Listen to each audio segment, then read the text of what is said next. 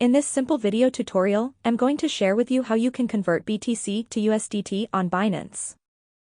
Converting BTC to USDT on Binance can offer stability during volatile market periods, as USDT is pegged to the US dollar. It can help protect your investment value by providing a hedge against sudden price fluctuations in BTC. This also provides liquidity and allow easier trading into other cryptocurrencies. To do this, simply head into your Binance account. On your home page, tap on this icon on your upper left corner. You will then select on Convert. Tap right here to select what you want to convert. Enter the in BTC, then on what you want to receive, enter in USDT. If you can't find the coins on your listing, just go ahead and search for it in the search bar. Enter the amount of coins you want to convert.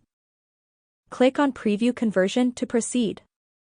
If you don't have issues with your account balance, your transaction will be processed successfully. That's how easy it is to convert Bitcoins to USDT on Binance. If you have any questions, just let me know in the comments section down below. Please don't forget to leave a like, share and subscribe for more video tutorials like this one.